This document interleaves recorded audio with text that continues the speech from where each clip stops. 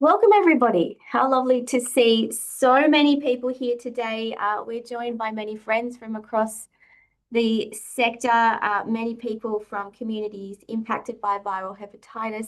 Let me start by acknowledging members of the Hepatitis Australia Board, including our Vice President, Frank Carlos.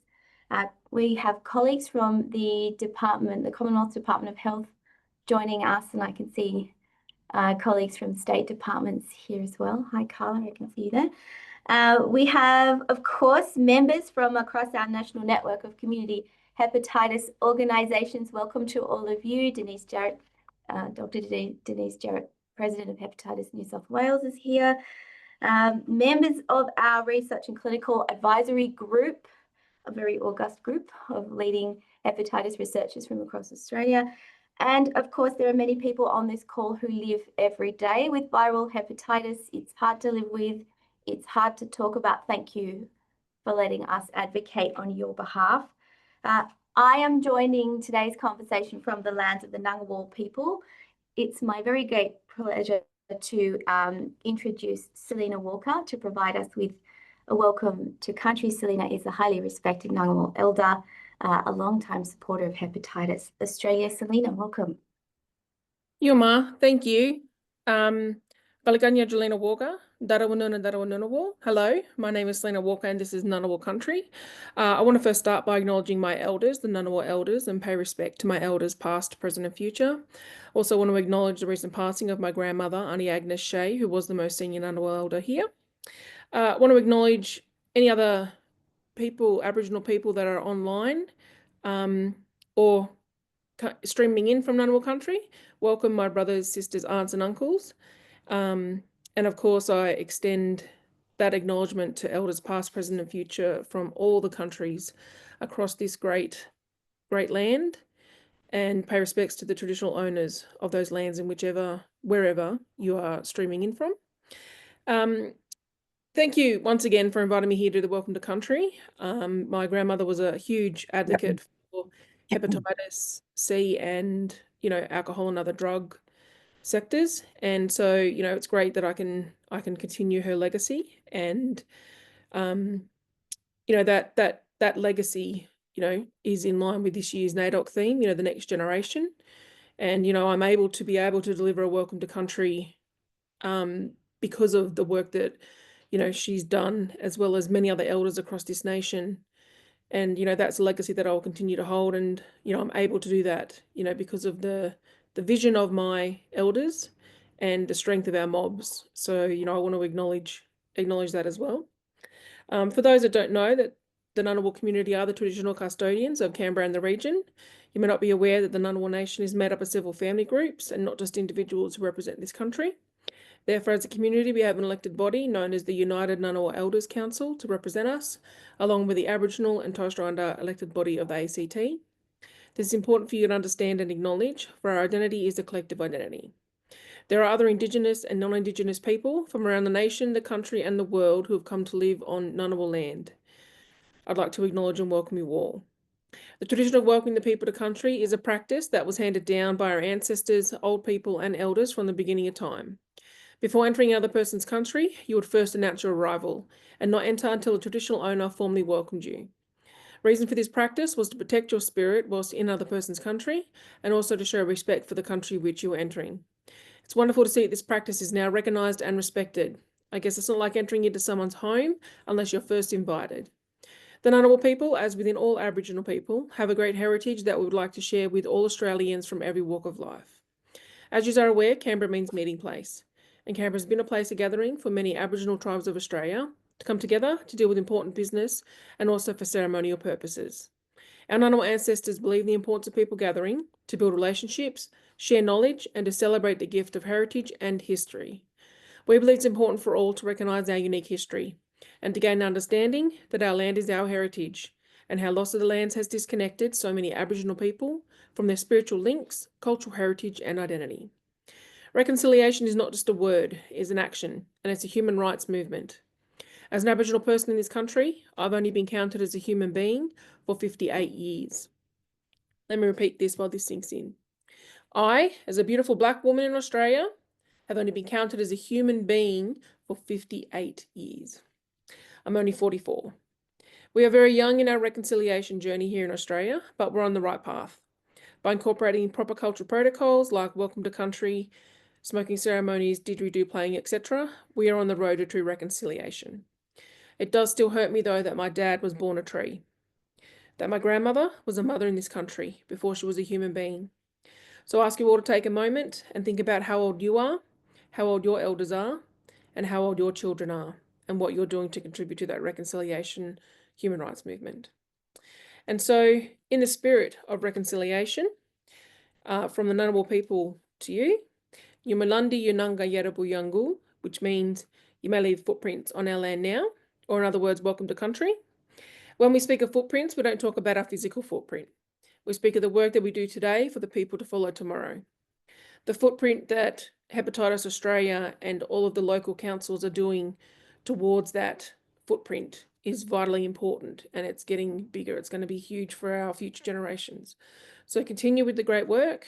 Thank you all for joining. And just remember that when you walk on the land of the Ngunnawal people or anywhere in this country, you are walking on the blood of our ancestors. So please tread lightly and treat it with respect. And with that, I'll hand back to the organisers and enjoy the rest of the event. That's wonderful. Thank you, Selena. And let me also extend a welcome to all First Australians joining us today. World Hepatitis Day was on Monday. I think everybody on this call will already know that.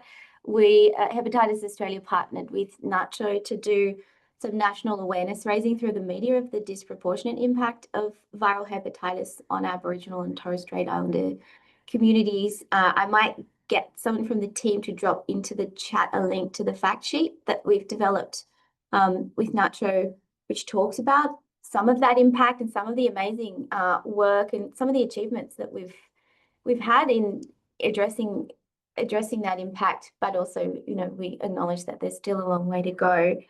I also would like now to welcome Frank Carlos, who is, as I mentioned, Vice President of Hepatitis Australia, well known across the hepatitis sector through his work with us, through his work as President of Liverwell.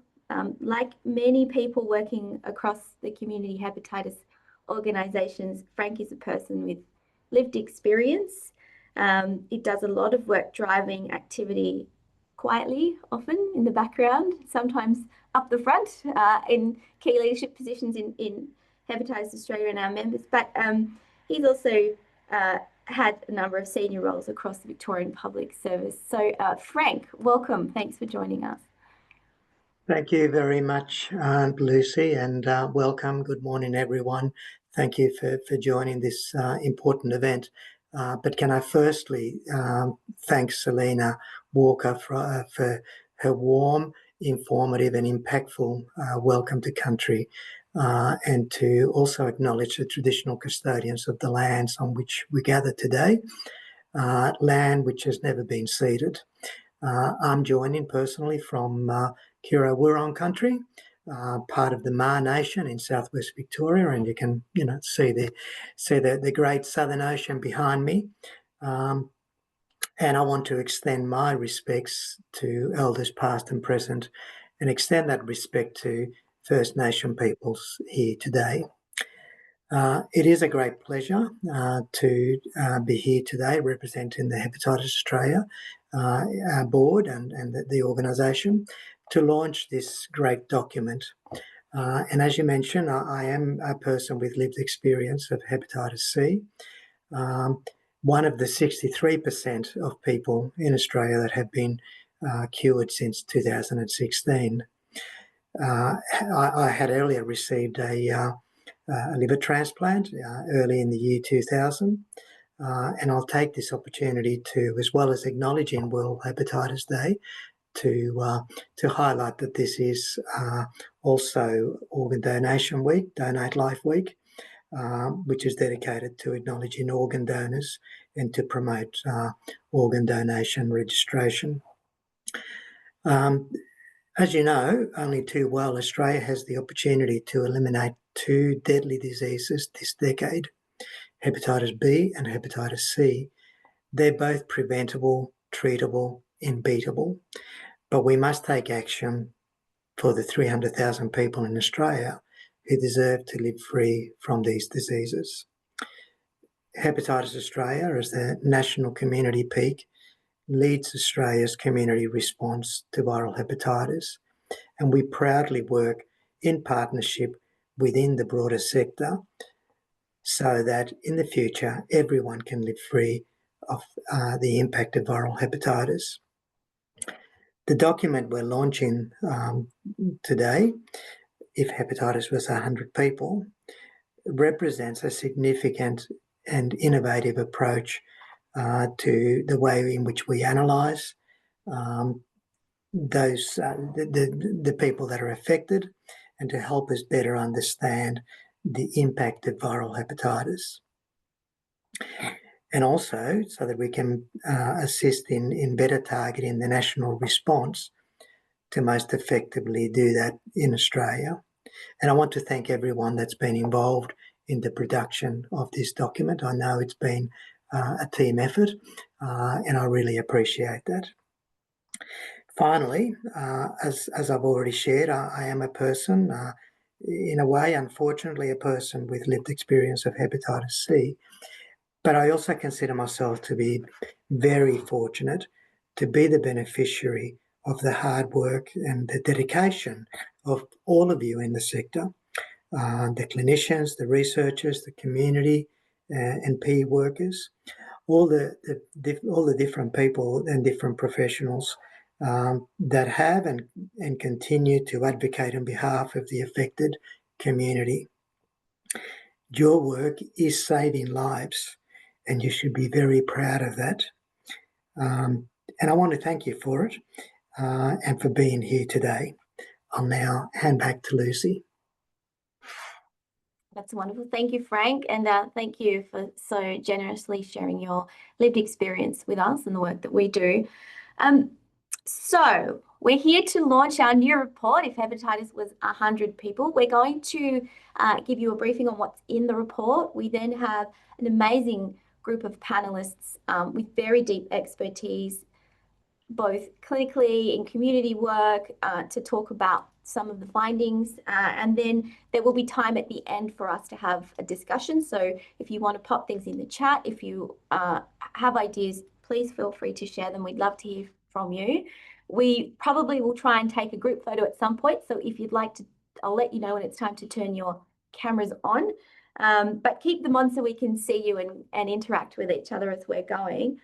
Part of the reason for developing this report is to showcase how the population is changing in hepatitis and how the national response needs to expand to meet a lot of unmet need out there.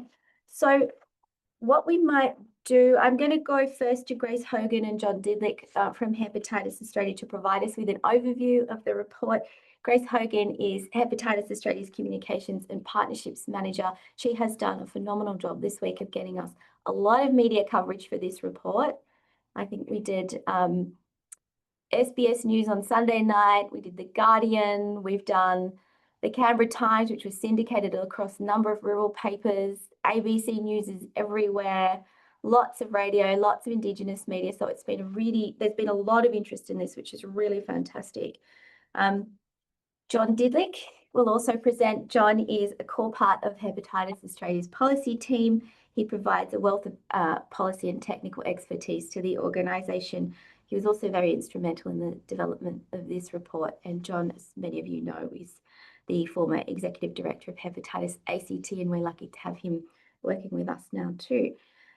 Grace and John, if hepatitis was 100 people, what would it look like? Thank you, Lucy, and good morning, almost afternoon, everyone. Thank you for joining us today. As Lucy mentioned, I'm Grace Hogan. I'm the Communications and Partnerships Manager at Hepatitis Australia, and I'm here with John Didlick, who's a policy analyst here. I'd like to commence by thanking Selena Walker for welcoming us to country and acknowledge that John and I are joining from the lands of the Ngunnawal people. We pay our respects to elders past and present and extend that respect to any Aboriginal and Torres Strait Islander people's joining us today. Hi everybody, I'm John from Hepatitis Australia. Thanks for the opportunity. If hepatitis was 100 people, was Lucy's idea. As a relatively new CEO at Hepatitis Australia, bringing fresh eyes, faced with a barrage of numbers and statistics, Lucy challenged us to present data in new ways to make the complex more accessible or memorable. What if hepatitis was 100 people? What might it look like then? What might we see differently? So we developed this resource thinking about different ways to present sometimes complex data and analysis. We thought about different audiences and different purposes, such as its potential for awareness raising with communities of interest and as an advocacy resource that we might use with decision makers, policy makers and evidence makers. The end result is a visual and data-driven tool helping us better understand and communicate who is affected by hepatitis B and hepatitis C in Australia, the extent of hepatitis D, which is a growing area of focus, and more importantly, where gaps indicate that our national response needs to evolve. Evolution is important framing here. We are where we are in the national response and the journey to elimination because of a lot of hard work that's been done over many years by many people. The next national Hep B strategy will be the 4th and the next Hep C strategy the 6th. Some of the gaps evident today have emerged because really important work has been done really well in other areas. The gaps do not diminish those successes, but gaps exist nonetheless. With progress and the passage of time, the shape and nature of the hepatitis B and hepatitis C epidemics continues to change. We must respond to that reality rather than previous narratives. Some of the downsides of numbers-driven reporting is that the people can be overlooked. We've tried hard to ensure this isn't just about numbers, it's about people. Nearly 300,000 people in Australia live with hepatitis B or hepatitis C, and every year nearly 1,000 people lose their lives to these preventable and treatable conditions. The surveillance reports that are published by our key research centres are absolutely critical to monitoring progress towards elimination of both hepatitis B and C. They allow us to assess progress against national strategy targets and other areas of focus, and they've provided much of the data represented in this report. We want to thank our research colleagues for continuing to undertake and publish their important work, and we really value opportunities to contribute to that work from a community perspective. We look forward to strengthening those important partnerships. When we started developing If Hepatitis Was 100 People, we imagined it would take us some weeks, and we're here about 8 months later. But we have a much richer and more meaningful piece of work that incorporates a lot of input from partners. This resource is the result of strong partnerships between community, researchers and advocates, and it translates sometimes complex data into more accessible insights to drive advocacy, communication, and ultimately policy. It's endorsed by Australia's leading research institutes, the WHO Collaborating Centre for Viral Hepatitis, the Kirby Institute and the Burnett Institute. And we'd also like to extend our sincere thanks to the community members and researchers who provided feedback in the development. One of the most powerful aspects is how it translates sometimes complex epidemiological data into something more accessible, visually stimulating and human. Another powerful aspect where the resource brings percentages and numbers not typically considered together. We'll provide some examples shortly, but this has allowed us to see things where otherwise we might not. These insights are possible when community brings its unique lens to existing data and analysis. For years, our team has worked with published data, keeping track of modelled prevalence, incidence, treatment uptake, linkage to care. But even here, reimagining published data and analysis for this resource has revealed new insights. It's not just about simplifying numbers, it's about making them resonate. This format makes the data more accessible for decision makers, policy makers, clinicians, community, researchers, advocates, and people affected by hepatitis. It's a tool to help us all communicate clearly and persuasively about where the gaps are and what we need to do better. Internally, it has sparked fresh conversations. We found ourselves in the development of this resource rethinking assumptions, identifying overlooked patterns, and seeing more human stories behind the statistics. If hepatitis was 100 people, one of the first things that might strike you is that hepatitis B is overwhelmingly Australia's most prevalent bloodborne virus.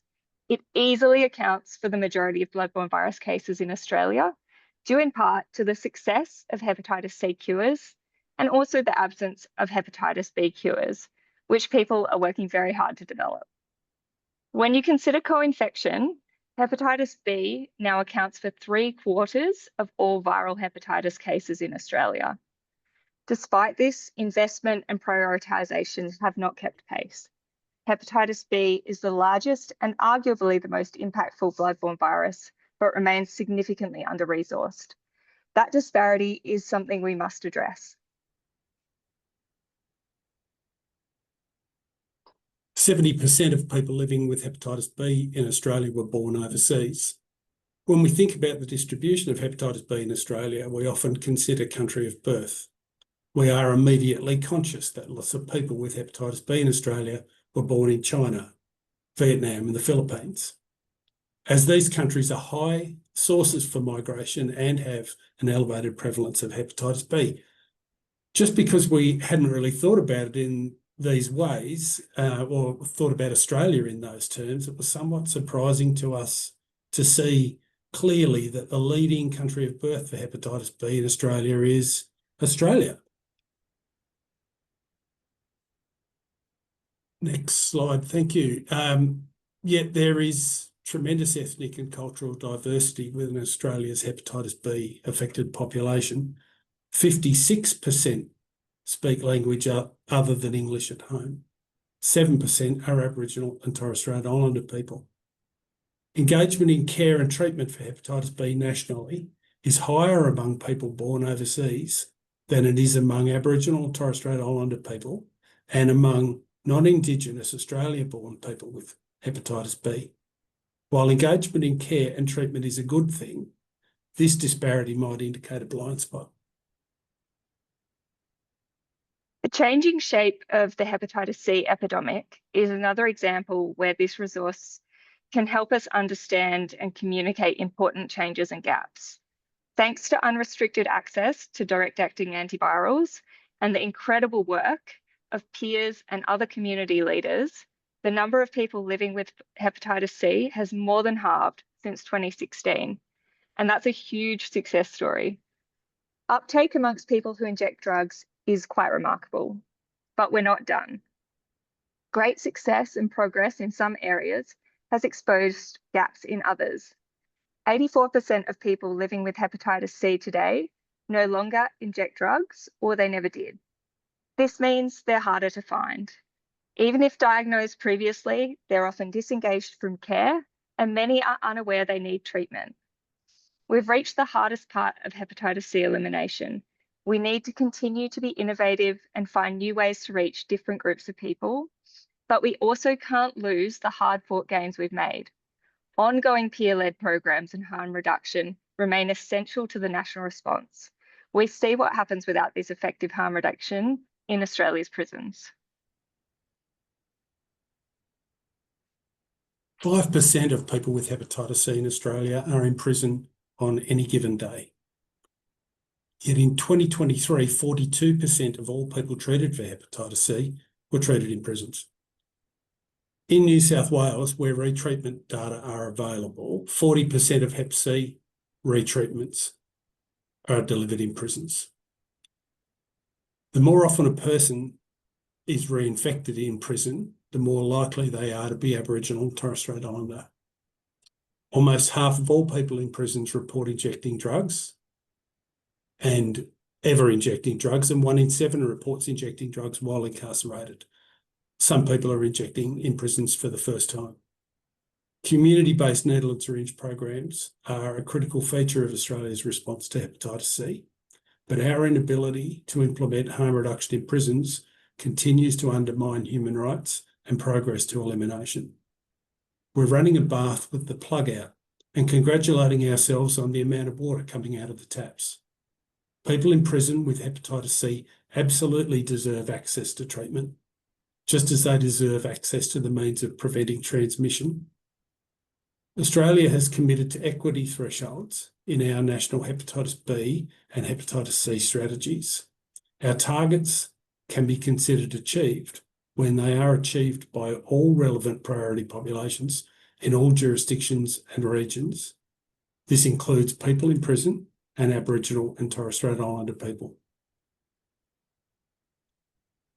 Aboriginal and Torres Strait Islander people are being left behind. In 2015, an estimated 12% of people living with hepatitis C were Aboriginal or Torres Strait Islanders. In 2020, that number was 18%. The gap is widening as Aboriginal and Torres Strait Islander people are not experiencing equitable benefit from the national response. Aboriginal and Torres Strait Islander people are diagnosed with hepatitis C at higher rates, 6 times higher, yet have lower rates of treatment. Hyperincarceration is a key contributor, as is the absence of harm reduction in prison settings. Culturally appropriate care and Aboriginal and Torres Strait Islander leadership are critical to eliminating hepatitis B and hepatitis C. We must strengthen investment in community-led solutions and work together to close gaps. In closing, if hepatitis was 100 people, is more than a report. It's a mirror. It shows us who we're reaching and who we're missing. This resource can help us drive change, to close gaps, to build a response that's more inclusive, equitable, and effective. Thank you, and I'll pass back to Lucy. That's fabulous. Thank you, guys. I'm particularly struck by John's comment that we're running the bath with the plug out when we think about hepatitis C in prisons. I think that remains a really big challenge, and that, you know, that focus of the response on people who inject drugs remains such a priority for all of us, noting that we need to expand that response now to that other big cohort of people who either might have injected drugs previously or acquired hep C in other ways, and we're not reaching them now through the usual places that we test, treat hepatitis C. So a fabulous job presenting all of that data.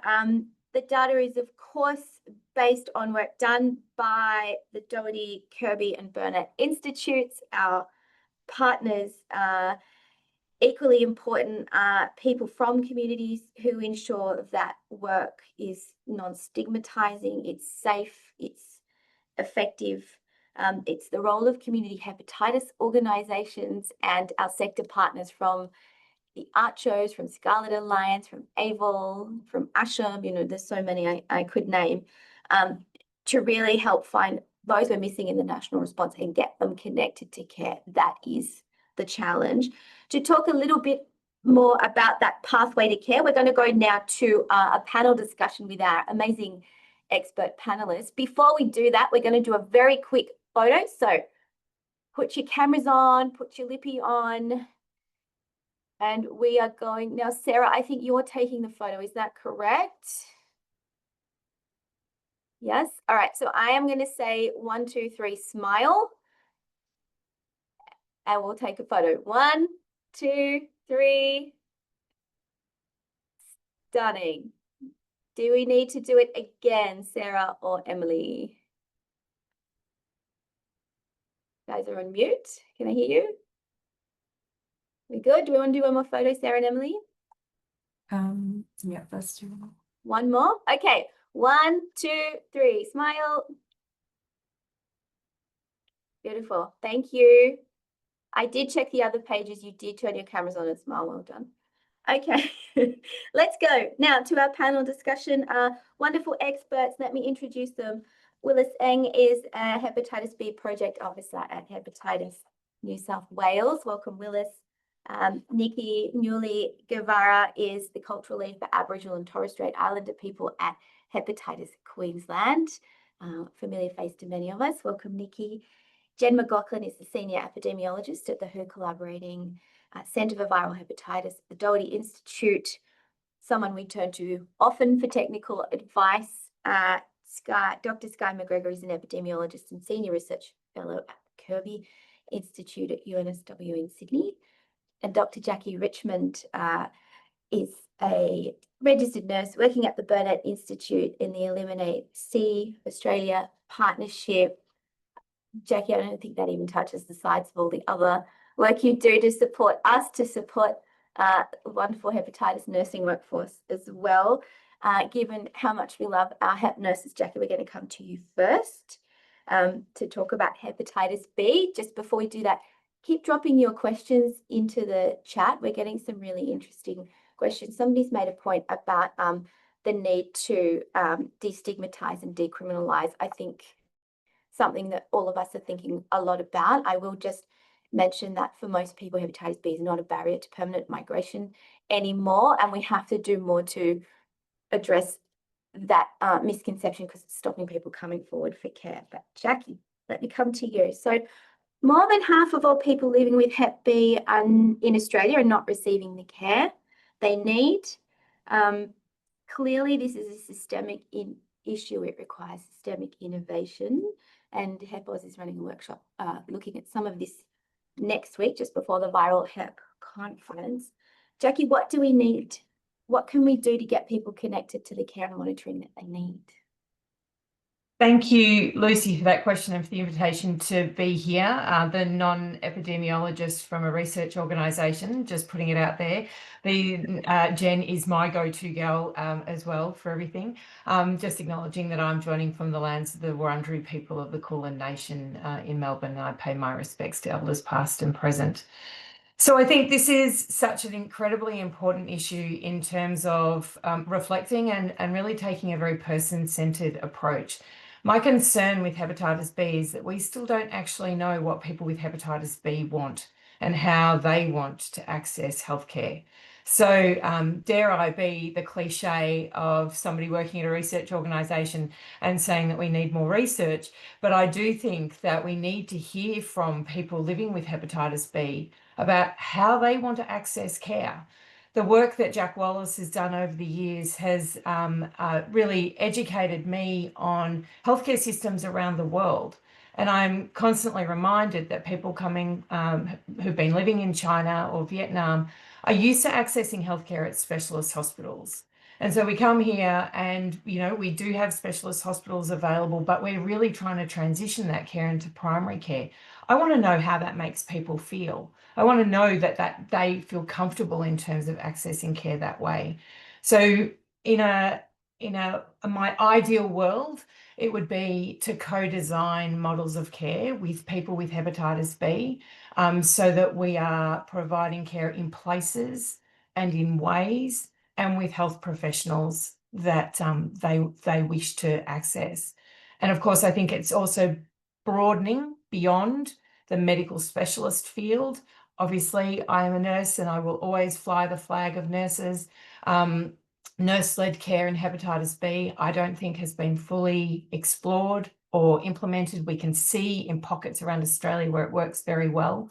But most importantly, linking that nurse-peer partnership once again in hepatitis B, making sure that we have peer navigators, because this is a chronic condition. So people need to be able to access the system over a long period of time. I've got lots of other things to say, but I will stop there. Thanks, Jackie.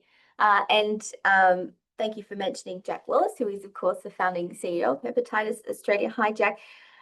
So that notion of co-design is important. I think, we'll come to Willis in a moment. We have lots of peer and community workers across the national network of community hepatitis organisations doing some of that navigation work. We ran a summit of peer workers recently, and we know we absolutely need more of it. We need more lived experience everywhere. That's true.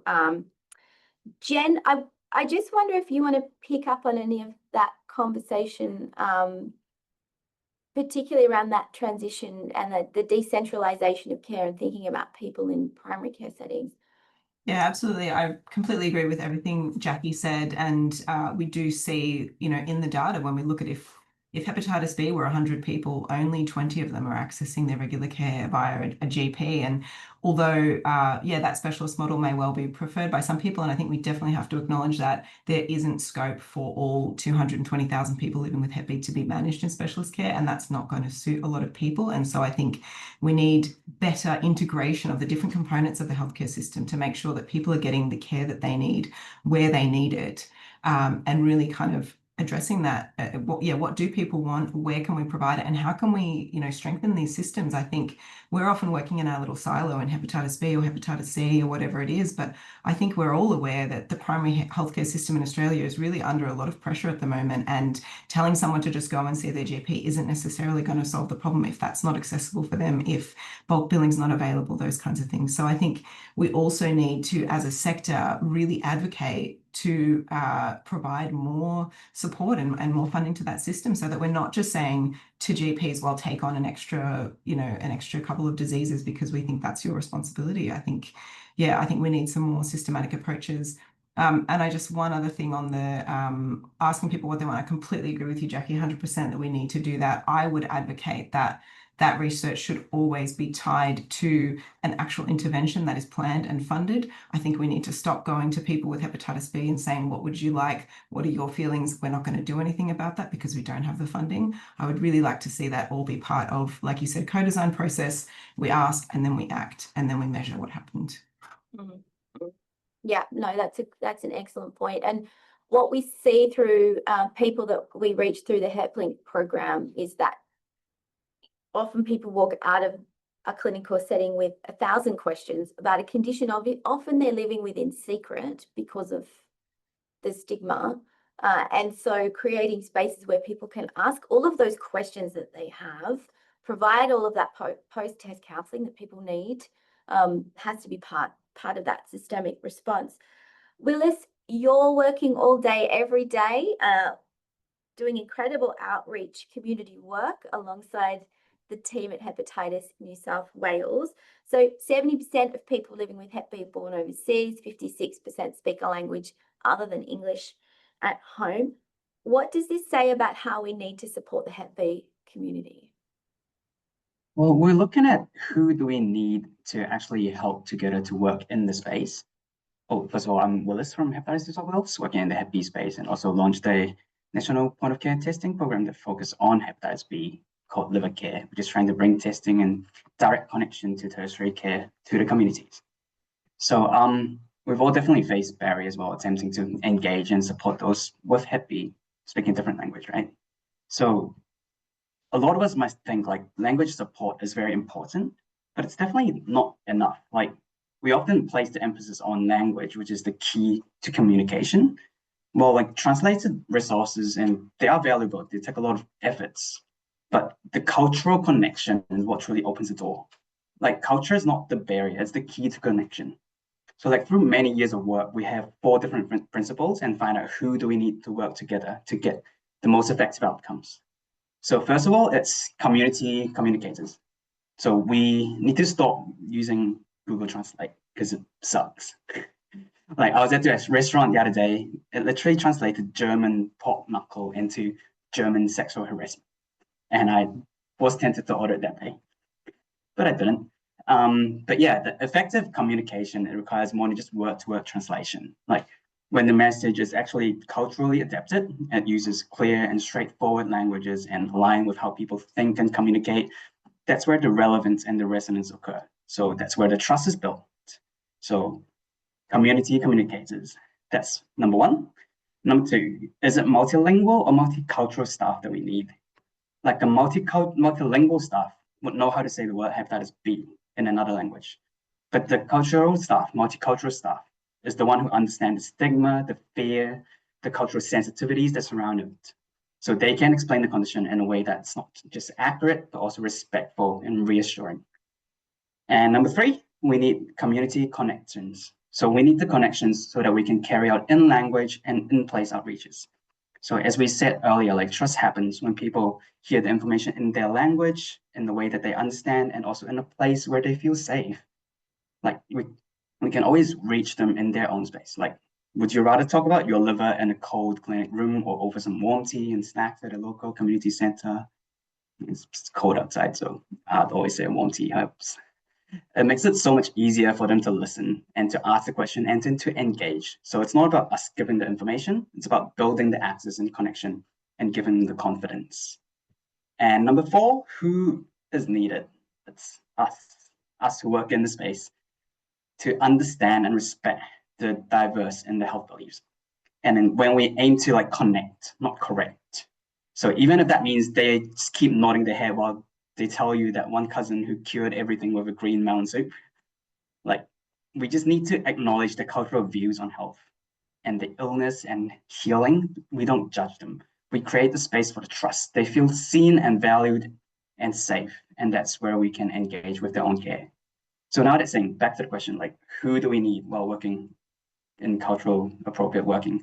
So community communicators to translate, multicultural staff to understand their culture, community connections to guide us into their spaces, and then us to understand and respect the beliefs. Like we need these sustained commitment to make a difference in the happy elevation progress. I think we might all be getting t-shirts with "culture is not the barrier, it's the key" made up, because that's a pretty cool statement. Willis, thank you. I love the idea of community communicators being part of that effort, and I think HEP New South Wales is running a wonderful model in doing that community connection work. Jen, we've just seen in the report that the leading country of birth for chronic hepatitis B in Australia is Australia, which is interesting when we think 70% of the population is born overseas, and we're starting to focus a lot of work, as we should be, on culturally and linguistically diverse communities. But we've got to remember we have a homegrown problem here too. What meaning do we draw from this, if any? Yeah, I think 2 points on that. So firstly, it's partly just an artifact of that there are a lot of Australian-born people in Australia, although we're a very multicultural and very diverse country, and we've welcomed many migrants over the years. Still, if Australia as a total was 100 people, 70 of them would be born in Australia.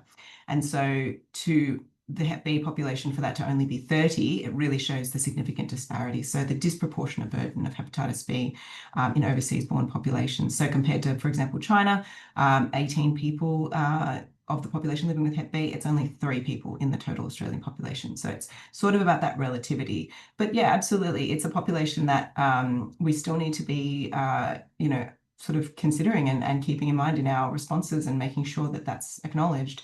And obviously, it can't go without being mentioned that a lot of that reflects the extremely disproportionate impact of hepatitis B on Aboriginal and Torres Strait Islander communities. And in many cases, the decreased access to care that does manifest in a lot of rural and remote regions. But also if you dig into the data, there are gaps at the national level, but we also see that, for example, in the Northern Territory, in the top end, where fantastic work has been done by the team up there, we see that there is no gap between the Aboriginal and Torres Strait Islander population and the non-Indigenous population. So it is possible. It just requires that sustained investment, community co-design, and just, taking it on and making sure that it's a priority. Thank you. We're going to talk now a little bit more about hepatitis C, but keep dropping your questions into the chat. So, and hepatitis C, we sort of typically understand as a condition that impacts people who inject drugs, people who are incarcerated, and that remains a priority population, given that's where we see transmission. But 84% of people living with hepatitis C are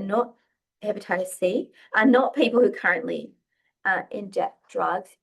Nikki, so what this data starts to tell us is that the hepatitis C work being done with people who inject drugs is working. We can't stop. It's working, but we've got to keep going. What are the key success factors in that work? I'll just get you to unmute, Nikki.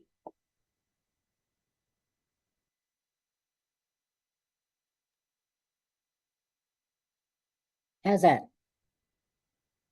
Can you hear me? I can't hear anyone. We can hear you, Nikki. Thank you. Oh, good. Now I can. I just had to run out and charge the laptop. It was dying. Yeah, I think that we're doing well, as in the prisons. We're going into prisons and testing. Also, you know, our point of care, we're doing well there, and with our engagements out in community with parole, with the prisons. With parole, we do the clinics. So our clinics do really well. We actually engage in a lot of different clienteles around the parole clinics. It's better engagement, better outcomes.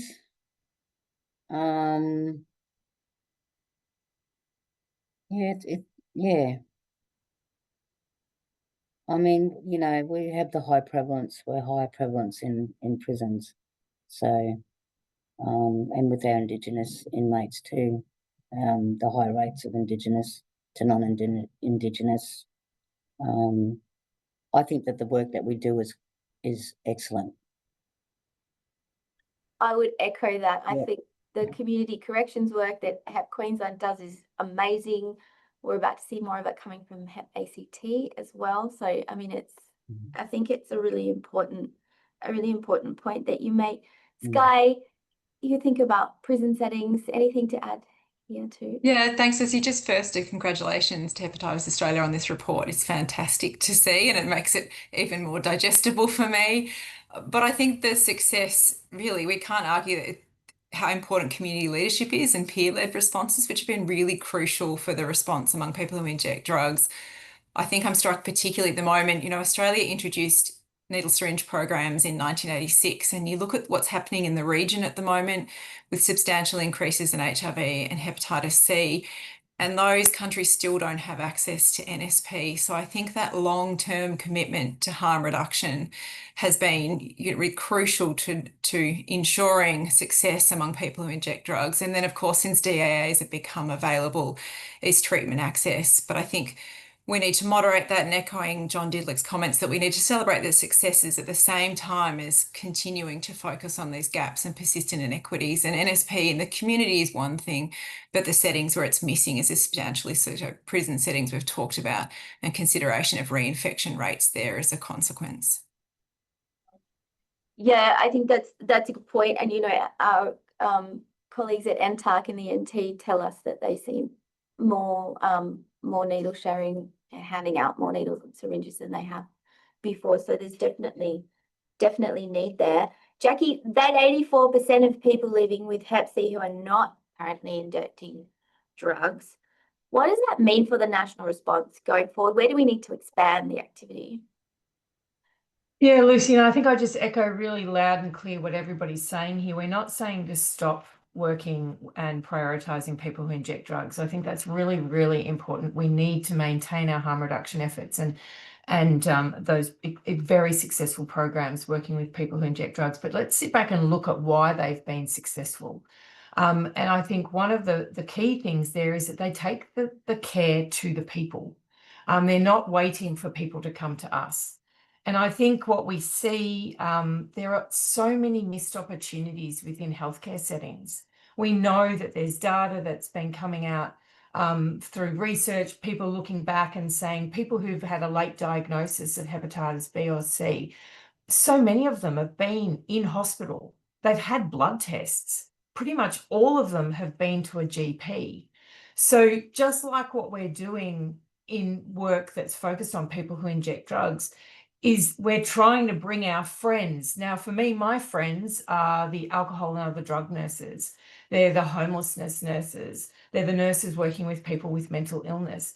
We are recognising that we can't do all the work as hepatitis people. So we've got to bring everybody on that journey with us.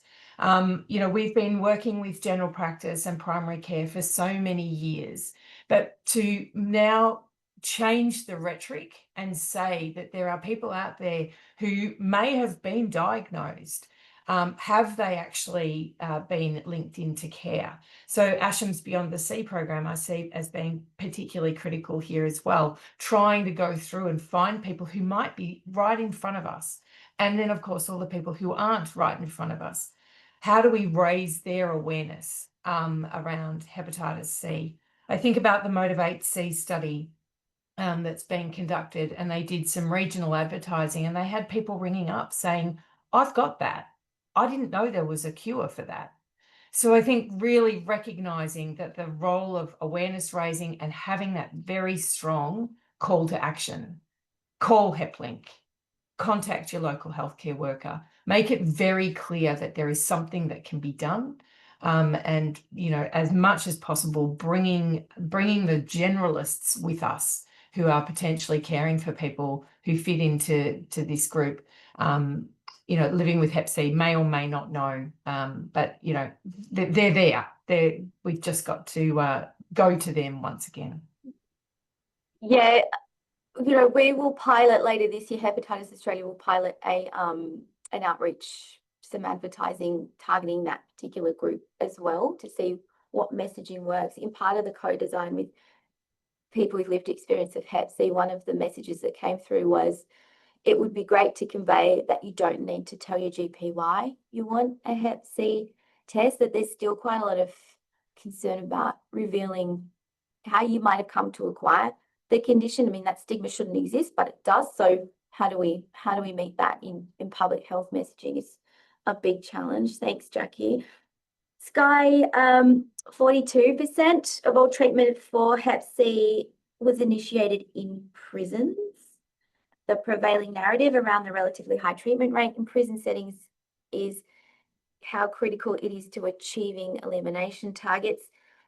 I mean, prisons will always be a priority setting for the national response. It absolutely has to be, but it is a relatively small proportion of all people living with Hep C on any given day. What can it tell us about the gaps and things we need to do more, less of? Thanks, Lucy. And it's hard not to feel like I'm just echoing what everyone else is saying. But I think, one, it's fantastic that there is such high treatment initiation in prison settings. Again, we don't want to take away from that. But I think it's key from listening to Jen and Jackie and others that accessible healthcare and meeting people where their need is crucial. And so part of this, I think, is continuity of care as well. So if you're initiating treatment in a prison setting, ensuring that it's easy to continue that care when you come out, and we know it's not. And there's amazing work done by a social scientist where even to look at things like you might be receiving treatment in a prison setting, but then when you go out into the community and you go to a pharmacist, they actually don't have DEAs on site. And so you have to leave your script and then you have to come back 2 days later, or whenever it might be. And that's a barrier in terms of having multiple visits. I think you've already highlighted, Lucy, the stigma is a significant and ongoing issue. How do we address that? It's not easy. We know that. Also, in the chat, I've seen quite a bit, legal frameworks remain a key barrier as well. And so all these things, I don't think, I can't remember who was at the beginning, it may have been John or Grace saying it, that we've kind of done the easier work at the beginning. It gets harder, but it gets more important. And the investment required is more too to get to these other settings. So we need to understand, talking to people, centering the perspectives of people with lived experience, and just it's making it easy for people to access testing and treatment and care. And if people are having a point of care test, then having to order full bloods and wait for that is also another barrier. So thinking about how we reduce the time, make it an easy experience, and make it a more positive experience for healthcare engagements. People are more likely to come back and initiate treatment in settings outside of that prison setting where it's a closed off situation. And I'm going to say it again and again and again and again, needle and syringe programs in prisons. We just can't get there without it. Last question to Nikki, and then we'll open up for some response to some of the things that are coming into the chat. And John Didlick, I'm going to come to you to take us through some of those in a second. Nikki, Aboriginal and Torres Strait Islander people, I've said before, are disproportionately affected by hepatitis C and are not experiencing equitable benefit from the national response. What do we need to change this? What we need to change this? We need to get out into these communities, educate people around viral hepatitis, B and C, and let the community take take this on as their own.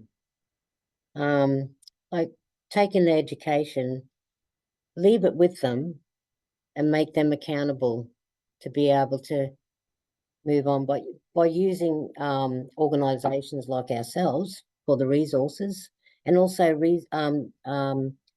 proper resources tailored to address specific needs of Aboriginal and Torres Strait Islander people. I think resource development is very, very important in that. Yeah, I thanks. mean, and you know, even with our point of care, just on touching on what you were saying, Sky, is that with our point of care, we do find clients coming in that have come straight out of jail and said, "Oh, I was on the treatment while I was in jail." Then we help them and provide them with the treatment again to get them going again outside of prison. That's sort of like a follow-up sometimes. It feels like we're following up for them, which is good. That's what they need, because they don't tend to do it on their own once they come out. And they just don't have the support systems in place to help them once they walk out of the prisons. Yeah, yeah. Thanks, Nikki. Yeah. And I just want to acknowledge a really excellent point made by Eleanor in the chat, which Sky's responded to as well, which is just to acknowledge the long history of advocacy and work that has gone into working with drug user communities. It's been very peer-led, it's been very effective, but it's not easy at all, and we absolutely acknowledge that. So thanks, Eleanor. John Didlick, in 2 minutes, I think there was one thing that was mentioned in the chat that you wanted to address. Oh, sure. A question we didn't get back to from Eleanor Jeffries, which was around conflating data for the 84% of the affected population, Hep C affected population, who are not currently injecting drug users. So why do that? What was the essence of the question?